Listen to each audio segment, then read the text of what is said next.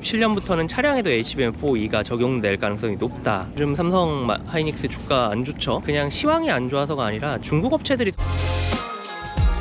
이곳은 삼성 DSA 디바이스 솔루션 아메리카, 삼성 반도체의 북미 지역 심장이라고 할 수 있는 실리콘밸리의 거점이죠. NFL 경기장인 리바이스 스타디움 제외하고는 가장 높은 건물로 알고 있고, 제덱이라는 협회의 오토모티브 자동차 반도체 관련 행사가 있어서 차량용 반도체에 관한 규격 제정에 관해서 논의를 하고 향후 전망과 업계가 필요한 것들에 대해서 말씀을 나누는 그런 행사예요. 제덱은 메모리 반도체의 규격을 결정하는 협회입니다. 당연히 이제 메모리 3강인 삼성, 하이닉스, 마이크론의 느낌이 센 단체라고 할 수 있고, HBM4나 LPDDR6 아니면 DDR5 규격들을 제정하는 그런 협회예요. 규격이 나와야지 생산이 가능하기 때문에 메모리 반도체들의 시작을 알리는 그런 협회라고 할 수 있겠죠. 왜 차량용 메모리가 심지어 중요해? 라는 생각을 할 수 있는데, 당연히 자율주행이 보급이 되면서 결국에는 AI로 비전 인식을 하는 거잖아요. 그래야지 운행이 가능한 것이고, 거기에 대한 커넥티비티가 있을 거고, 또 인포테인먼트 시스템들이 있을 거고, 그렇기 때문에 자율주행이 고도화될수록 메모리 수요가 폭증합니다. 현재 차량용 반도체 시장 규모가 작년 기준으로 한 810억 불 정도 돼요. 2030년쯤에 1640억 달러, 220조 원입니다. 2배 이상 늘어난다는 거죠. 현재 며칠 년 동안. 그런 전망들을 갖고 있고, 그 중에 13, 14% 정도가 메모리 반도체일 것 같다는 전망이 나옵니다. 메모리가 가지는 포션이 매출 기준으로는 차량 반도체 시장에서 가장 크다라는 관측들이 나오고 있습니다.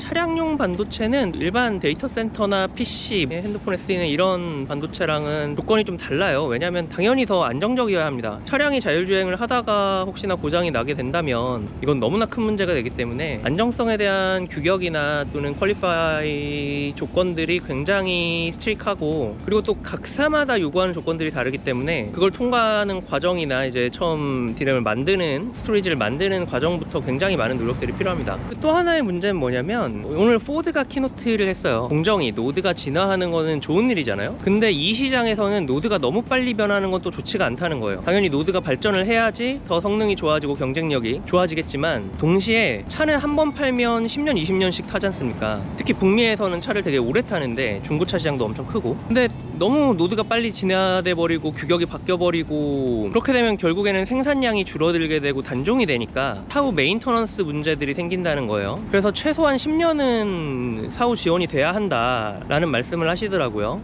삼성 키노트가 재밌었어요. 결론적인 얘기로는 2027년부터 데이터 센터를 넘어선 모빌리티 AI 시대가 올 건데, 하나는 이제 모빌리티 오토모티브 AI 시대가 올 거고, 또 하나는 로봇 AI 시대가 올 거다라는 얘기죠. 현재 자율주행의 단계가 레벨 2 플러스 정도로 생각을 합니다. 뭐 어댑티브 크루즈 같은 기능들이죠. 현재 차량용 메모리 반도체의 주류는 LPDDR입니다. LPDDR5X 같은 최신 LPDDR들이 많이 쓰이고 있어요. LPDDR이라는 건 결국에는 모바일용 DDR 램을 뜻하는 거죠. 전기차 같은 경우는 배터리로 유지가 되기 때문에 당연히 전력 소모가 적어야지 주행거리가 확보가 되고, 전력 소모량을 줄이는 것이 굉장히 중요한 이슈이기 때문에 LPDDR이 쓰이고 있고, 생성형 AI가 인포테인먼트 시스템에 도입이 되잖아요 이제. 그러면서 원래 예상했던 것보다도 더 빨리 차량에 대한 메모리 수요가 늘고 있대요. 기본적인 용량도 그렇지만 밴드위치라고 하는 대역폭에 대한 니즈도 훨씬 더 커지고 있다는 말씀들을 많이 하셨어요. 그리고 동시에 저장장치 낸드에 대한 수요도 굉장히 빨리 늘고 있다고 해요. 2033년이 되면 D램 같은 경우는 레벨 4랑 5의 비중이 한 40% 정도를 차지하고, 낸드 같은 경우는 70% 이상이 레벨 4&5 차량에 적용될 것이라고 예상을 하고 있었어요. 그러니까 더 고도화된 자율주행 차량일수록 더 메모리 또는 스토리지 수요가 높기 때문에 장기적으로 전체 판매 차량의 수랑 관계없이 고급 메모리의 수요가 늘어날 것이라는 예측이죠.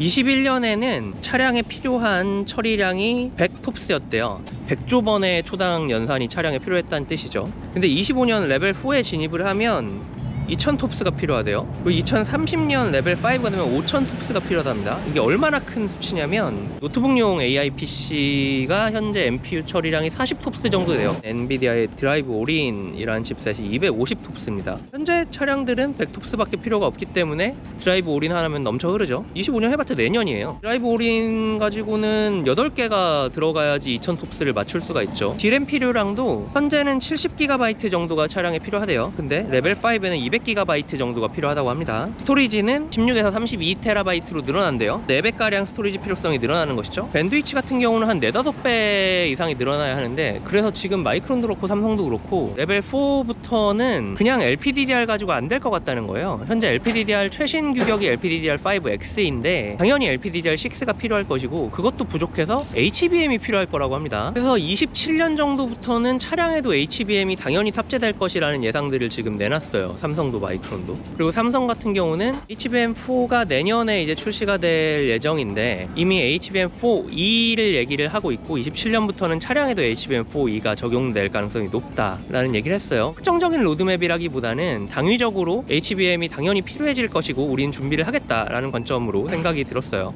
당연히 좋은 얘기입니다. 메모리 업체들에게 굉장히 좋은 얘기고, 왜냐면 고급 칩셋들의 수요가 늘어난다는 것이고, 기존에는 PC나 모바일 또 데이터 센터에 한정되던 메모리 수요처들이 더 많이 늘어난다는 거니까요. 그보다 제가 좀 오토모티브 메모리 시장을 긍정적으로 바라보고 있는 점은 뭐냐면, 지금 사실 좀 삼성 하이닉스 주가 안 좋죠. 가장 큰 이유가 그냥 시황이 안 좋아서가 아니라 중국 업체들이 덤핑을 엄청 하고 있어서예요. 중국 업체들이 DDR5까지는 못 올라왔지만 이미 레거시 기술인 DDR4에 대해서는 굉장히 큰 경쟁력을 갖고 있고, 심지어 뭐 성능이 안 좋아도 사실 뭐 국가보조금으로 다 떼워주니까 적자를 보더라도 덤핑을 막 하면서 팔기 시작하면 뭐 최신 기술이 DDR5라고 해도 레거시 시스템들이 있고 여전히 수요가 있기 때문에 큰 투자 없이 꾸준히 캐시를 뽑아낼 수 있는 DDR4 같은 레거시 시스템들에 대한 중요성도 전체 수익성에 굉장히 큰데, 토대를 좀 받쳐줄 레거시 시장이 지금 좀 교란되고 있는 거죠, 중국 업체들 때문에. 뭐 창신 메모리, CXMT나 YMTC 같은 이런 친구들이 시장을 교란하고 있는데,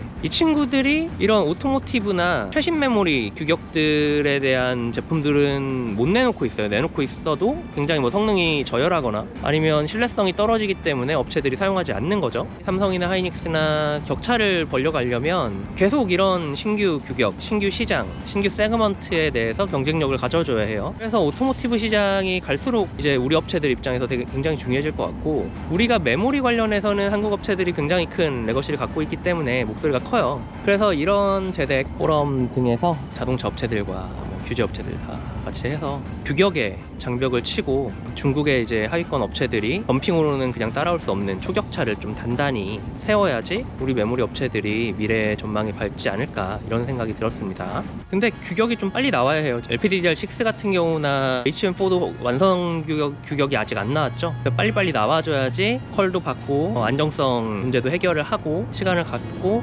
빨리빨리 차량에 적용할 수 있다 보니까, 그 업체들도 결국엔 제덱 관계자들에게 빨리 규격 제정을 해줘라 라는 얘기를 하기 위해 모인 이런 자리가 되겠습니다.